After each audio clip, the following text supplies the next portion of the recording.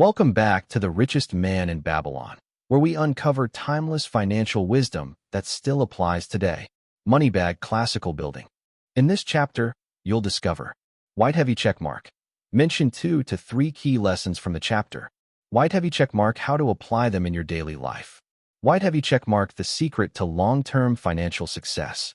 If you're ready to master the art of wealth building, let's dive in. Rocket. The clay tablets. From Babylon. St. Swithin's College. Nottingham University. Newark-on-Trent. Nottingham. October 21st, 1934. Professor Franklin Caldwell. Care of British Scientific Expedition. Hilla, Mesopotamia. My dear Professor, the 5 clay tablets from your recent excavation in the ruins of Babylon arrived on the same boat with your letter. I have been fascinated no end, and have spent many pleasant hours translating their inscriptions.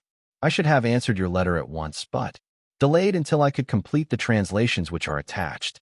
The tablets arrived without damage, thanks to your careful use of preservatives and excellent packing. You will be as astonished as we in the laboratory at the story they relate. One expects the dim and distant past to speak of, romance and adventure. Arabian Nights sort of things, you know. When instead it discloses the problem of a person named Dabisir to pay off his debts. One realizes that conditions upon this old world have not changed as much in 5,000 years as one might expect. It's odd, you know, but these old inscriptions rather rag me, as the students say. Being a college professor, I am supposed to be a thinking human being possessing a working knowledge of most subjects. Yet, here comes this old chap out of the dust-covered ruins of Babylon to offer a way I had never heard of to pay off my debts and at the same time acquire gold to jingle in my wallet. Pleasant thought, I say, and interesting to prove. Whether it will work as well nowadays as it did in old Babylon. Mrs. Shrewsbury and myself are planning to try out his plan upon our own affairs, which could be much improved. Wishing you the best of luck in your worthy undertaking and waiting eagerly another opportunity to assist. I am, yours sincerely, Alfred H. Shrewsbury, Department of Archaeology. Tablet 1.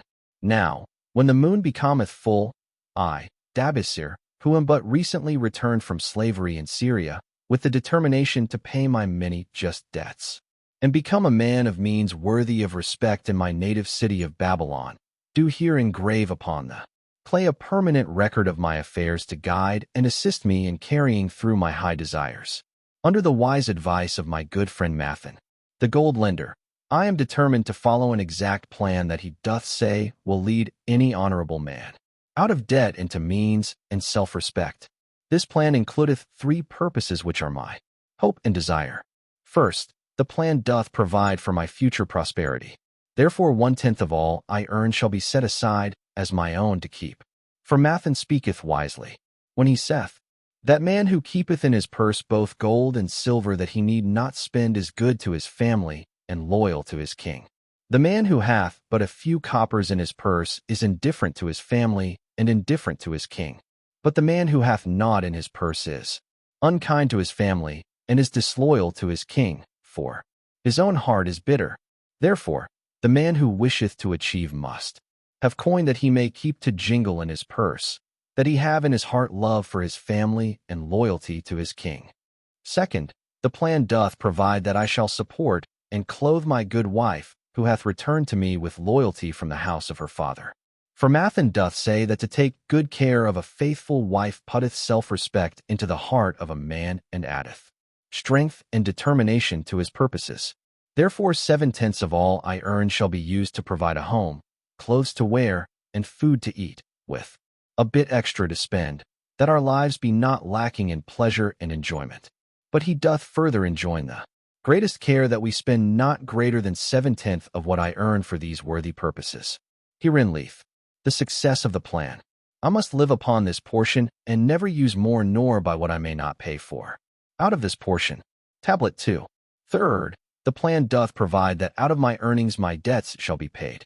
Therefore each time the moon is full, 2/10 of all I have earned shall be divided honorably and fairly among those who have trusted me and to whom I am indebted. Thus in due time will all my indebtedness be surely paid. Therefore, do I here engrave the name of every man to whom I am indebted and the honest amount of my debt. Pharaoh. the cloth weaver, 2 silver, 6 copper. Shurjar, the couch maker, 1 silver.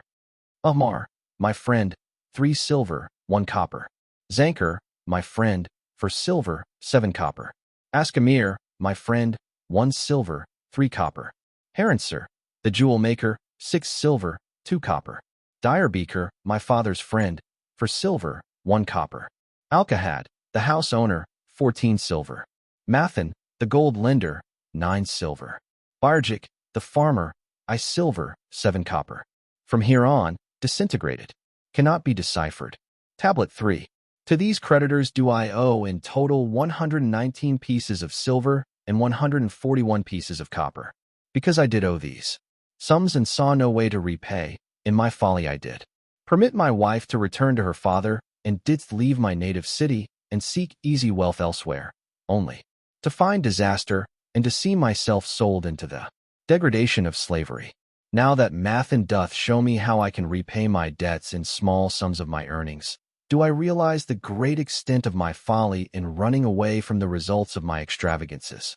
Therefore have I visited my creditors, and explained to them that I have no resources with which to pay except my ability to earn, and that I intend to apply 2/10 of all I earn upon my indebtedness evenly. And honestly, this much can I pay, but no more. Therefore, if they be patient, in time my obligations will be paid in full.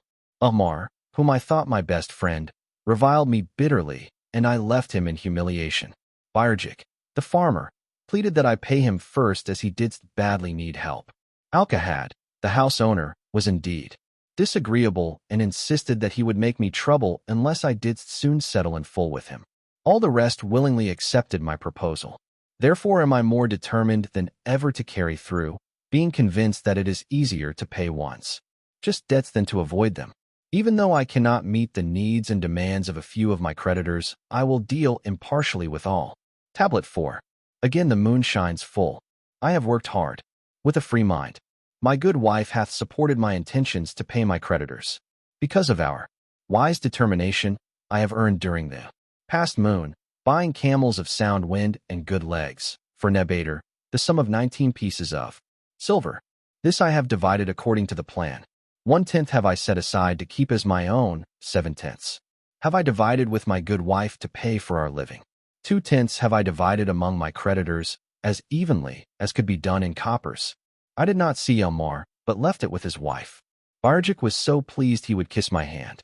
Old Alkahad alone was grouchy, and said I must pay faster, too, which I replied that if I were permitted to be well fed and not worried, that alone would enable me to pay faster. All the others thanked me and spoke well of my efforts. Therefore, at the end of 1 moon, my indebtedness is reduced by almost 4 pieces of silver, and I possess almost 2 pieces of silver besides, upon which no man hath claim. My heart is lighter than it hath been for a long time. Again the moon shines full. I have worked hard, but with poor success. Few camels have I been able to buy. Only 11 pieces of silver have I earned.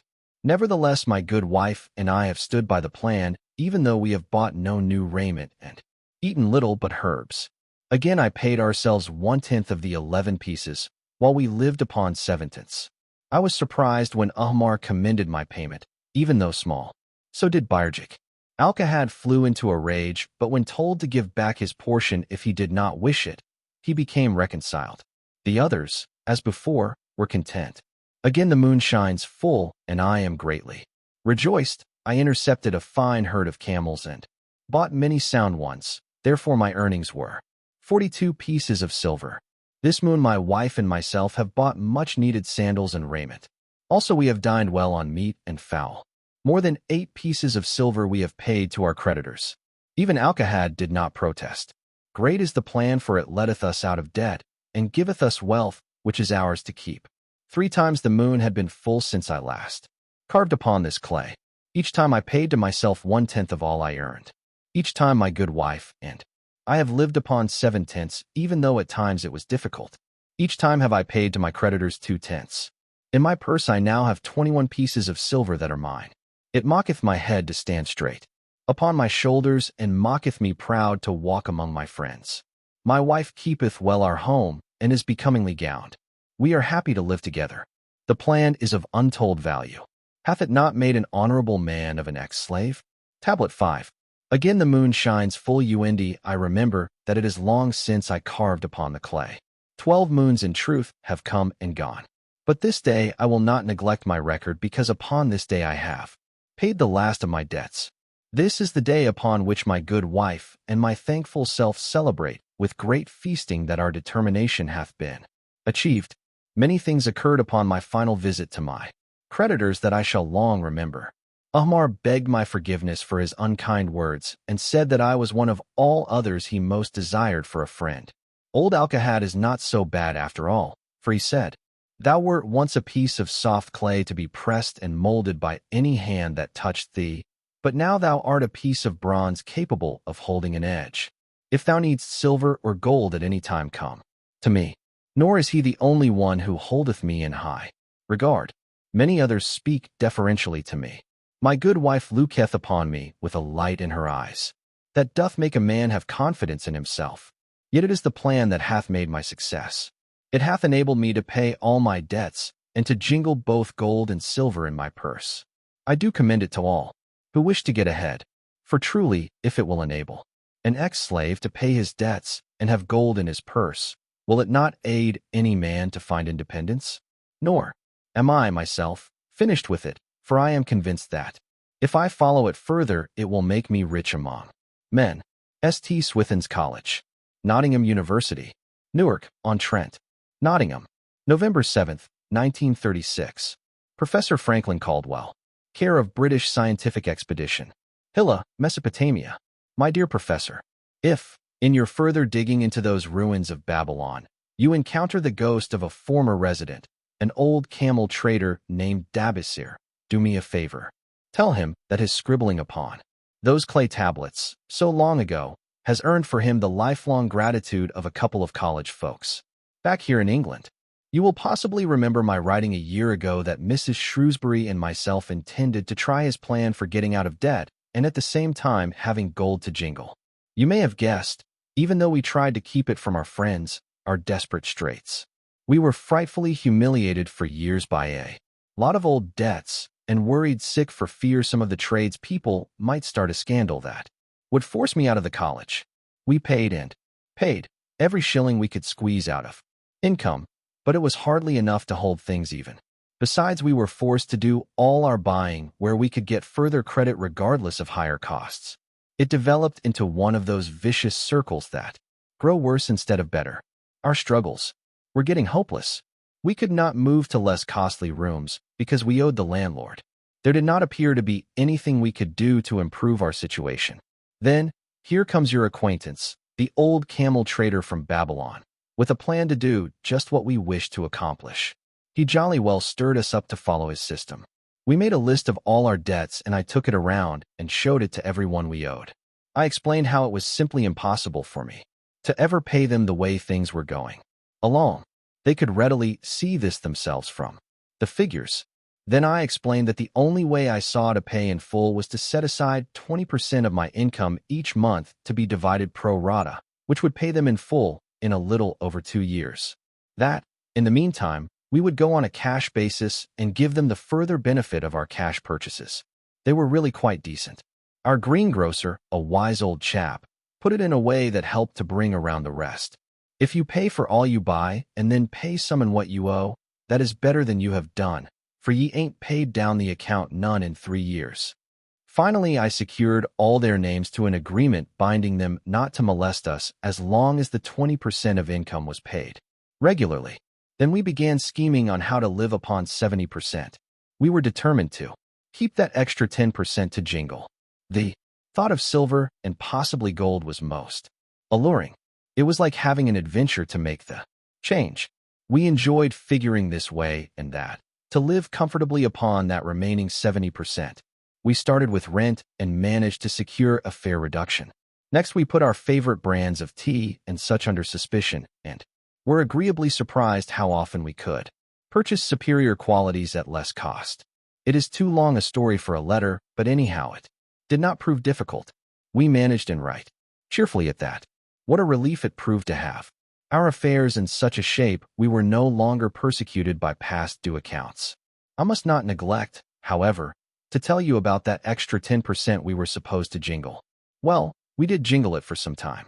Now don't laugh too soon. You see, that is the sporty part. It is the real fun to start accumulating money that you do not want to spend. There is more pleasure in running up such a surplus than there could be in spending it. After we had jingled to our heart's content, we found a more profitable use for it. We took up an investment upon which we could pay that 10% each month. This is proving to be the most satisfying part of our regeneration. It is the first thing we pay out of my check. There is a most gratifying sense of security to know our investment is growing steadily. By the time my teaching days are over, it should be a snug sum, large enough so the income will take care of us from then on. All this out of my same old check. Difficult to believe, yet absolutely true.